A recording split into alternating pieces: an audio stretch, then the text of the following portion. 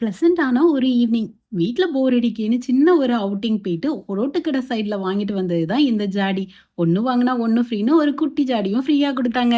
Dry chilli store பண்ணலாமேன்னு நானும் வாங்கிட்டு வந்தேன். 5 கிலோ கெப்பாசிட்டின்னு சொன்னாங்க. ஆனா ஒரு 3 கிலோ தாராளமா பிடிக்கும். பீங்கான் ஜாடிகள் பார்க்க அழகழகா இருக்கும். ஆனா பரிமாறும்போது கொஞ்சம் கவனமா பரிமாறணும். ஈவினிங் டைம்ல வர சின்ன பசியும் இருந்துச்சு. வெளியில போயிட்டு வந்த சின்ன களைப்பும் இருந்துச்சு.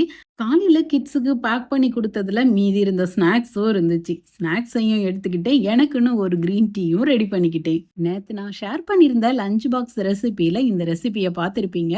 மஸ்ட்டா ட்ரை பண்ணி பாருங்க. ரொம்பவே டேஸ்ட்டா இருந்து. சிக்கன் இல்லாம வெஜ்ல கூட நீங்க ட்ரை பண்ணலாம். டேஸ்ட் நல்லா இருக்கும். குட்டீஸ்க்கு இப்ப ஸ்கூல்லயும் சாப்பிட ஆசையா இருக்கு. அதனால ஒரு சில நாட்கள்ல ஸ்கூல்ல சாப்பிட்டுருந்தாங்க. அந்த நாட்கள் ஃபுல்லுமே நான் ஸ்நாக்ஸ் பாக்ஸ் ரெசிபியா உங்க கூட ஷேர் பண்ணிக்கிட்டு இருக்கேன். அந்த வகையில நாளைக்கு என்ன ரெசிபின்னு சொல்லி நாளைக்கு பார்க்கலாம். பாய்.